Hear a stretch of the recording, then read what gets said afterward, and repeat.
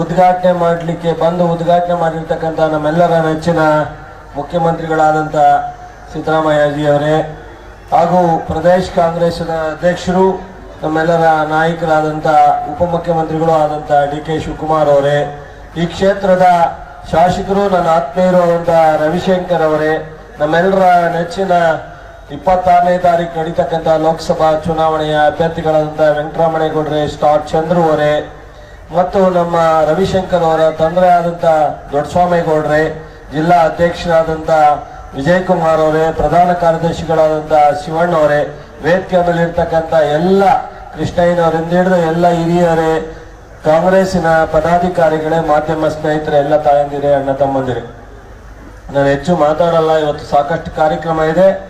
ಒಂದೇ ಒಂದು, ಕುಮಾರಸ್ವಾಮಿ ಅವರು, ಸಾರಾ ಮಹೇಶ್ ಅವರು ಏನು ವಿಚಾರ ಇಲ್ಲದೆ ಇದ್ದಾಗ ರವಿಶಂಕರ್ ಬಗ್ಗೆನೂ ಮಾತಾಡ್ತಾರೆ, ನನ್ನ ಬಗ್ಗೆನೂ ಮಾತಾಡ್ತಾರೆ, ಸಿದ್ದರಾಮಯ್ಯನವ್ರ ಬಗ್ಗೆನೂ ಮಾತಾಡ್ತಾರೆ, ಡಿ.ಕೆ. ಅವ್ರ ಬಗ್ಗೆನೂ ಮಾತಾಡ್ತಾರೆ. ಅವ್ರಿಗೆ ಹಿಂದೆ ಮಾಡಿರೋ ಕಾರ್ಯಕ್ರಮ ಇಲ್ಲ, ಮುಂದೆ ಗುರಿ ಇಲ್ಲ. ಏನ್ ಹೇಳಲಿಕ್ಕೆ ಸಾಧ್ಯ? ನಮ್ಗಳ ಬಗ್ಗೆ ಮಾತಾಡ್ಬೇಕಷ್ಟೆ. ಅದಕ್ಕೆ ನೀವು ತಲೆ ಕೆಡಿಸ್ಕೊಳ್ಳೋ ಅವಶ್ಯಕತೆ ಇಲ್ಲ. ನಾವು ಭರವಸೆ ಕೊಟ್ಟಾಗಲೇ ನೀವು ಓಟ್ ಹಾಕಿ 26,000 ಲೀಡಲ್ಲಿ ಗೆಲ್ಸಿದ್ದೀರಾ. ಇವತ್ತು ಆ ಭರವಸೆಯನ್ನ ಜಾರಿಗೊಳಿಸಿ ನನ್ನೆಲ್ಲ ತಾಯಂದರಿಗೆ 5 ಗ್ಯಾರಂಟಿಯಿಂದ ಕನಿಷ್ಠ ನಿಮ್ಮೆಲ್ಲರಿಗೂ ಸಹ ಮನೆಗೆ 4 ರಿಂದ 5 ಸಾವಿರ ಬರ್ತಾ ಇದೆ. ಇವತ್ತು ರಾಹುಲ್ ಗಾಂಧಿ ಅವರು, ಮಲ್ಲಿಕಾರ್ಜುನ್ ಖರ್ಗೆ ಅವರು ಮತ್ತೆ ರಾಷ್ಟ್ರ ಮಟ್ಟದಲ್ಲಿ ಈಗ 2,000 ಏನು ಬರ್ತಾ ಇದೆ, ಅದಕ್ಕೆ ಹೆಚ್ಚುವರಿಯಾಗಿ 8,500 ಒಂದು ಕುಟುಂಬಕ್ಕೆ ಪ್ರತಿ ತಿಂಗಳು ಬರ್ತಕ್ಕಂಥ ಒಂದು ಯೋಜನೆಯನ್ನ ಘೋಷಣೆ ಮಾಡಿದ್ದಾರೆ. ಸಾಲ ಮನ್ನಾ ಘೋಷಣೆ ಮಾಡಿದ್ದಾರೆ. 250 ರೂಪಾಯಿಂದ ನರೇಗಾದಲ್ಲಿ 400 ರೂಪಾಯಿ ಘೋಷಣೆ ಮಾಡಿದ್ದಾರೆ. ಈ ತರ 4-5 ಅನುಷ್ಠಾನವನ್ನ ಗಳಿಸ್ತೀವಿ ಅನ್ನೋ ಒಂದು ಗ್ಯಾರಂಟಿಯನ್ನ ಘೋಷಣೆ ಮಾಡಿದ್ದಾರೆ. ಇವೆಲ್ಲವೂ ಸೇರಿದ್ರೆ ಇಡೀ ಜೀವನ ಯಾವುದೇ ತೊಂದರೆ ಇಲ್ಲದೆ ಜೀವನವನ್ನ ನಡೆಸ್ತಕ್ಕಂಥದಕ್ಕೆ ಸುಸ್ಥಿರವಾದಂತ ವಾತಾವರಣ ನಿರ್ಮಾಣ ಆಗುತ್ತೆ.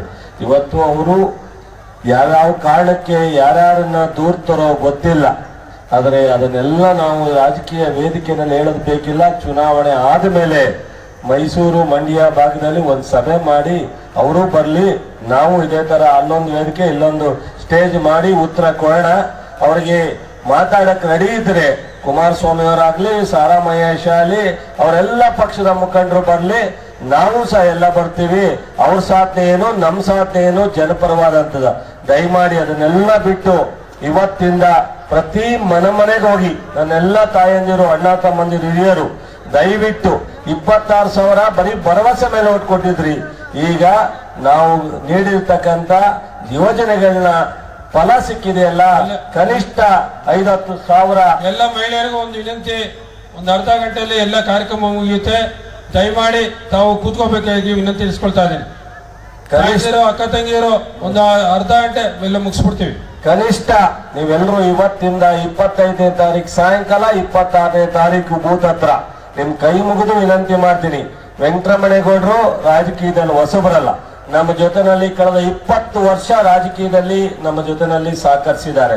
ಇವತ್ತು ಅವರ ಅಣ್ಣನೂ MLA ಆಗಿದ್ದಾರೆ, ಗೌರಿಬಿದನೂರು. ಅವರ ಸ್ವಂತ ಅಳಿಮಯ್ಯನೂ ಶರತ್ ಬಚ್ಚೇಗೌಡ MLA ಆಗಿದ್ದಾರೆ. ಅವರಿಗೆ ರಾಜಕೀಯದ ಅನುಭವ ಇದೆ, ಒಳ್ಳೆ ಉದ್ಯಮಿ ಇದ್ದಾರೆ. 2-3 ಸಾವಿರ ಜನ ನೌಕರಿ ಉದ್ಯಮ ಅವರ ಕೆಲಸ ಮಾಡ್ತಾ ಇದ್ದಾರೆ. ಈ ಕ್ಷೇತ್ರದಲ್ಲಿ ಇರ್ಬೋದು, ಪ್ರತಿ ಯಾರು MP ಗೆ ಬಂದಿದ್ದಾರೆ ನಮ್ಮ ಮಾಜಿ ಮುಖ್ಯಮಂತ್ರಿಗಳು, ಅವರು ವರ್ಷಕ್ಕೆ ಒಂದ್ಸಲೂ ನಿಮ್ಮ ಹತ್ರ ಬರ್ಲಿಕ್ಕೆ ಸಾಧ್ಯ ಆಗಲ್ಲ. ವೆಂಕಟರಮಣೇಗೌಡರು ತಿಂಗಳಿಗೆ 1 ದಿವಸ ರವಿಶಂಕರ್ ಜೊತೆ ಬಂದು ನಿಮ್ಮೆಲ್ಲರ ಕಷ್ಟ ಸುಖದಲ್ಲಿ ಸ್ಪಂದಿಸ್ತಕ್ಕಂಥ ಕೆಲಸವನ್ನ ಮಾಡ್ತಾರೆ.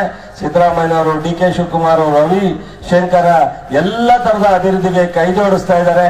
ನಾನು ಸಹ ಭರವಸೆ ಕೊಟ್ಟಿದ್ದೀನಿ. ಈ ಕ್ಷೇತ್ರದ ಮಂಡ್ಯ ಜಿಲ್ಲೆ ಅನ್ನೋ ಭಾವನೆ ಇಟ್ಕೊಂಡೆ ನಾವೆಲ್ಲ ಕೆಲಸ ಮಾಡ್ತೀವಿ. ದಯವಿಟ್ಟು ಕೈ ಮುಗಿದು ವಿನಂತಿ ಮಾಡ್ತೀನಿ, ಉಳಿತಕ್ಕಂಥ ದಿನಗಳಲ್ಲಿ ಮನೆಗೆ ಹೋಗಿ ಗ್ಯಾರಂಟಿ ಕಾರ್ಡು ಮತ್ತು ನಾವು ಕೊಟ್ಟಿರ್ತಕ್ಕಂಥ 5 ಗ್ಯಾರಂಟಿಯನ್ನ ಮನವರಿಕೆ ಮಾಡಿಕೊಟ್ಟು ನನ್ನೆಲ್ಲ ತಾಯಂದಿರು, ಅಣ್ಣ ತಮ್ಮಂದಿರು ಎಲ್ಲರಿಗೂ ಕೈ ಮುಗಿದು ಓಟನ್ನ ಹಾಕಿಸ್ತಕ್ಕಂಥ ಕೆಲಸವನ್ನ ನಮ್ಮೆಲ್ಲ ಪಕ್ಷದ ಮುಖಂಡರು, ಕಾರ್ಯಕರ್ತರು ಮಾಡಬೇಕು ಅಂತ ಹೇಳಿ ನಾನು ವಿನಂತಿ ಮಾಡ್ತೀನಿ.